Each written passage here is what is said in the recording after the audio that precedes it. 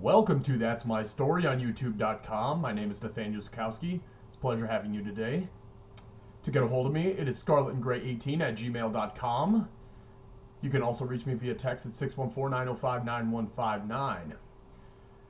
One topic on the day for Cleveland sports fans is towards the Browns, and it's the deal that sends Braylon Edwards, a former Pro Bowler in 2007, to the New York Jets for wide receiver Chansi Stuckey, Jason Trusnick, who is a backup linebacker and special teams expert, a third-round pick, which is conditional, and if Edwards reaches his performance goals in New York, will become a second-round pick, and a fifth-round pick, which is non-conditional. My thoughts. The Cleveland Browns are now officially in complete and utter rebuilding mode. And if they weren't before, by the display on the field that you've seen thus far with an 0-4 start, it is now official with the dealing of another Pro Bowler, a former Pro Bowler at that, in Edwards. As you know, they got rid of Kellen Winslow Jr.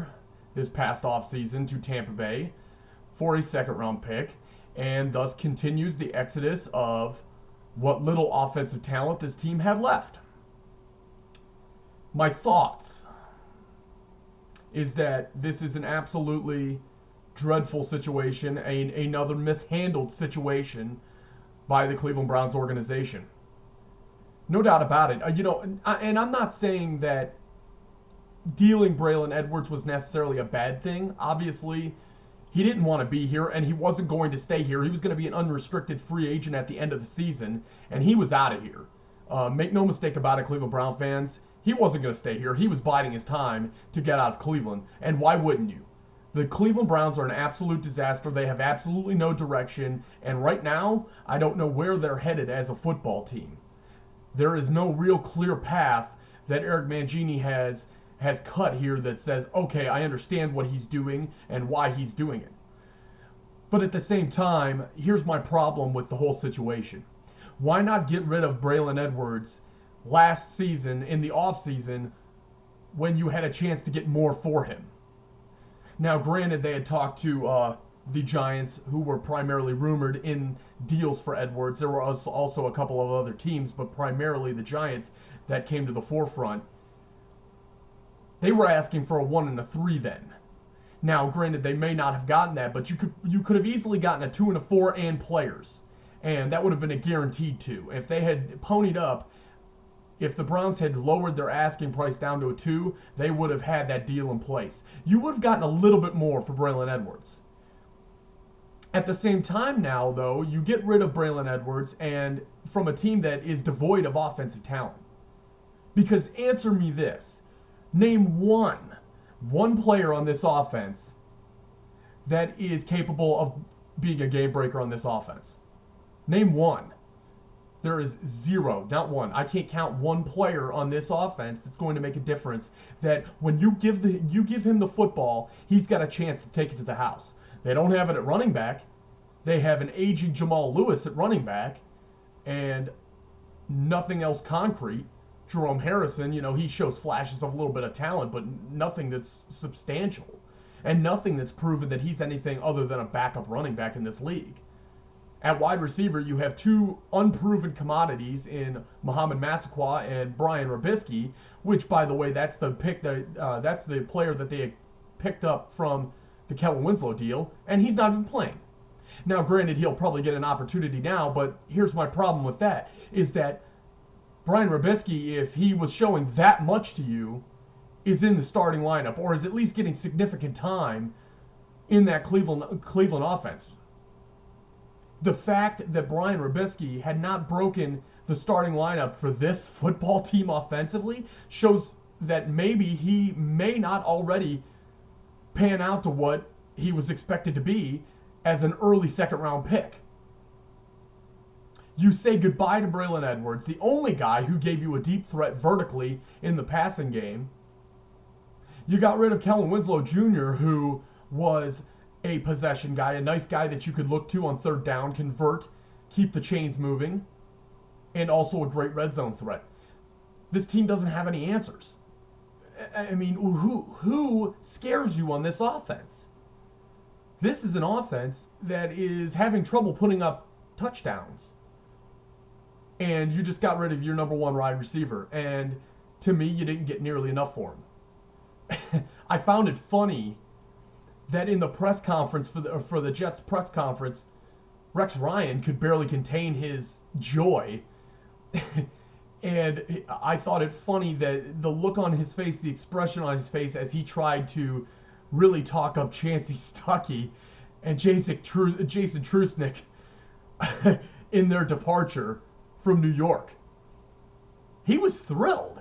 Why wouldn't you be? You get a potential number one wide receiver for a backup linebacker and an unproven commodity at wide receiver. And Chancey Stuckey had 11 catches on the season.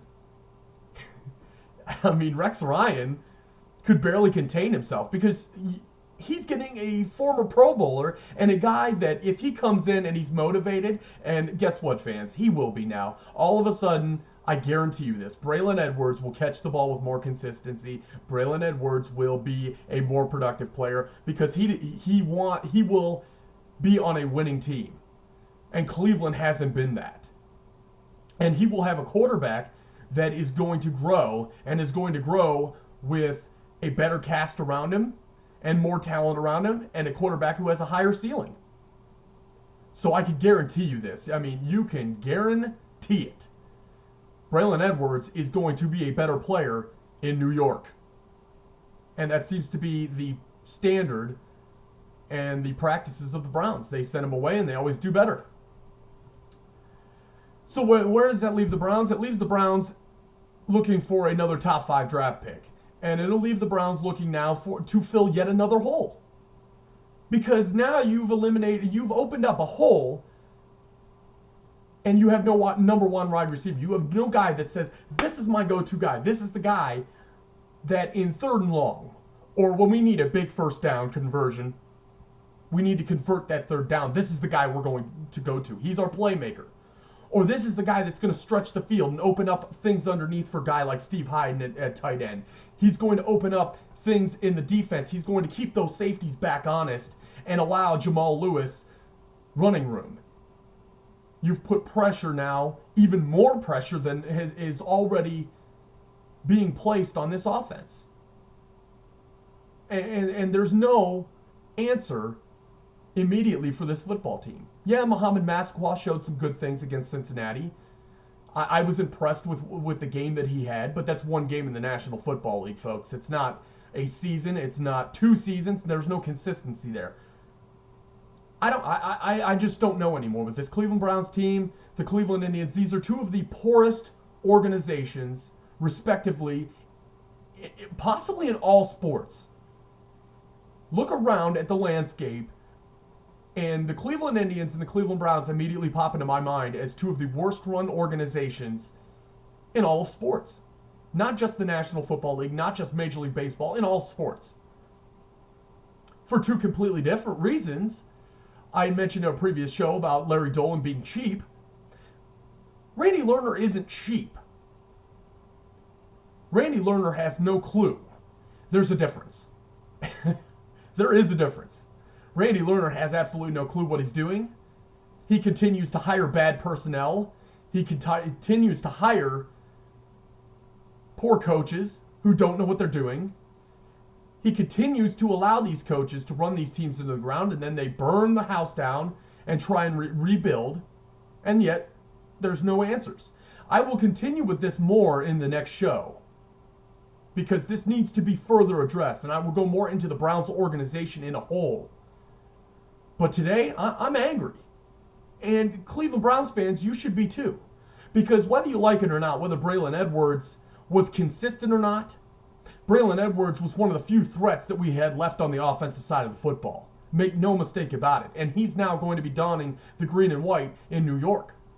He will not be a Cleveland Brown. He will not be contributing to this football team. And it's going to be harder and harder to find ways to put the ball in the end zone if you're the Cleveland Browns.